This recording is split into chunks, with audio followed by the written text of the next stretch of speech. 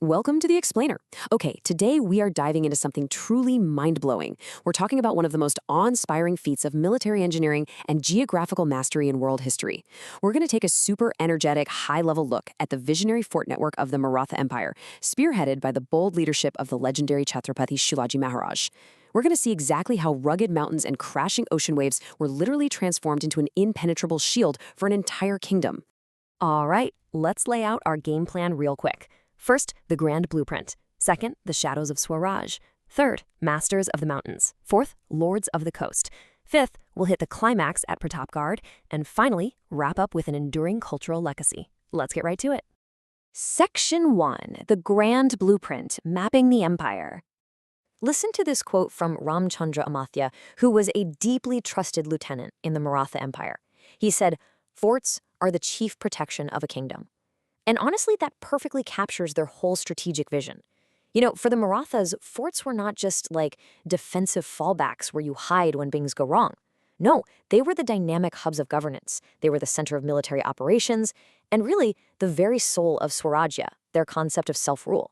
They deliberately picked sites where the terrain itself would literally do half the fighting for them. And you know, that strategic genius, it's fully recognized on a global scale today. Think about the number 12 for a second.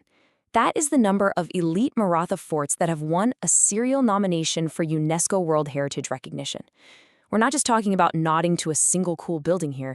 This is a celebration of a massive, cohesive military landscape that spanned all the way from the 17th to the 19th centuries. Just looking at the map of the Western regions gives you a sense of this staggering geographical spread. The Marathas built or captured nearly 400 forts. I mean, that's incredible. They span the misty, rugged peaks of the Sahyadri Mountains, they roll right down the Deccan Plateau, and stretch all along the Konkan coastline. They even pushed as far south as Gingi in Tamil Nadu for a formidable outpost. Because of the sheer scale of this network, they could control trade routes, they could spot enemies from miles and miles away using fire signals, and they could completely adapt their defenses to totally different ecosystems. Section 2, the shadows of Swaraj, guerrilla warfare and intelligence. Okay, so here's the thing. Massive stone walls are really only as good as the tactics of the soldiers standing behind them. The Marathas were constantly going up against heavily funded, massive armies, right? Like the Mughals and the Adil Shah. If they had just lined up for a straight face-to-face battle on an open field, it would have been certain defeat, absolute game over.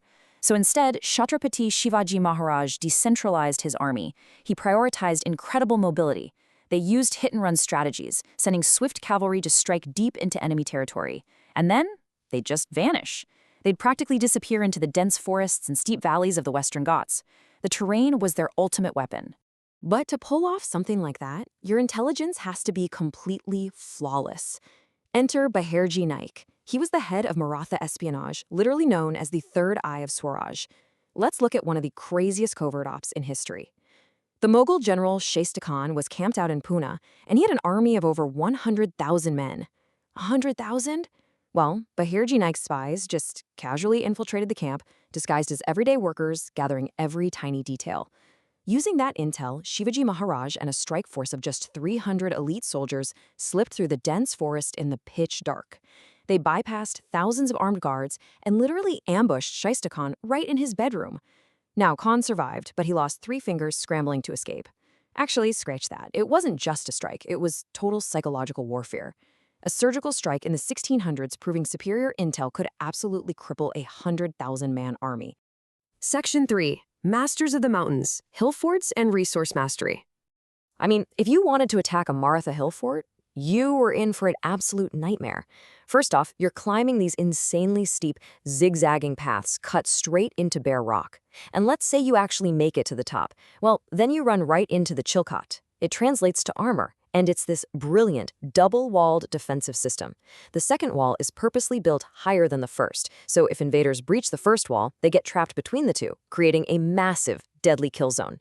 Throw in some blind corners, fake entrances, and hidden subterranean escape routes, and citadels like Raigad and Lohagad were practically impenetrable. But here is the real catch. You can have the strongest walls on Earth, but if you run out of water during a siege, it's over. You're done. The Maratha solution to this was mind-blowing: hydroengineering. They literally carved complex, interconnected water cisterns directly into the hard basalt rock. Take their capital fort Raigad, for example.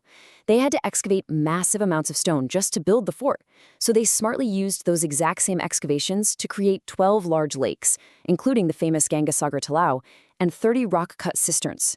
They systematically trapped every single drop of monsoon surface runoff. Mastering their natural resources like this is exactly what let them survive grinding months-long sieges. Section 4. Lords of the Coast. Naval Power. So we've talked about the mountains, but to build a complete defensive ring, we have to look down at the coast. The engineering here is completely different. Hill forts obviously relied on high-altitude rock and deep ravines, but coastal forts? They needed heavy, massive marine engineering. To protect their bustling maritime trade routes and hold off European powers and rival coastal dynasties, the Marathas built massive marine forts out of thick, black basalt rock. They had to be tough enough to take a pounding from both crashing ocean waves and heavy naval artillery. This is why Chhatrapati Shivaji Maharaj is widely considered the father of the modern Indian Navy. He knew for sure that whoever controls the sea controls the coast. Look at Kandari Island. It is an entire fortified rock planted right in the middle of the ocean. Or Sindhudurg, which was built with these brilliantly concealed entrances. But the one that really blows my mind is Vijaydurg, also known as the Eastern Gibraltar. They actually built a 200-meter-long underwater wall just off the coast.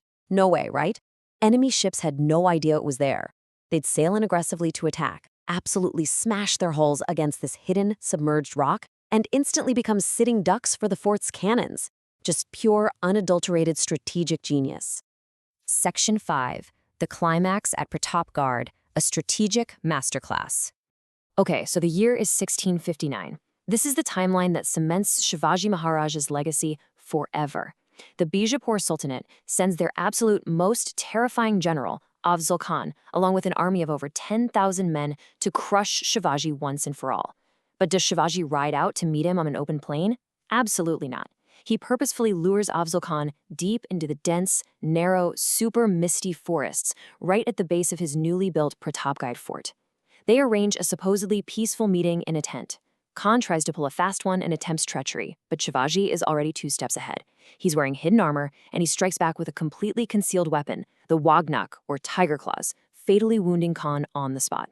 Instantly, hidden Maratha troops pour out of the jungle in every direction, totally ambushing the confused, leaderless army. It was chaotic, it was flawless, and it proved that using the terrain and psychological warfare could completely erase an enemy's numerical advantage. Section 6. An enduring cultural legacy. Bringing this all back to today, it's just amazing to realize that these forts are not just dead, forgotten ruins. They are incredibly vibrant hubs of culture.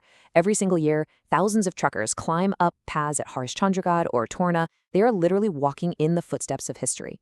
You've got local villagers and guides passionately keeping the oral traditions alive for the next generation.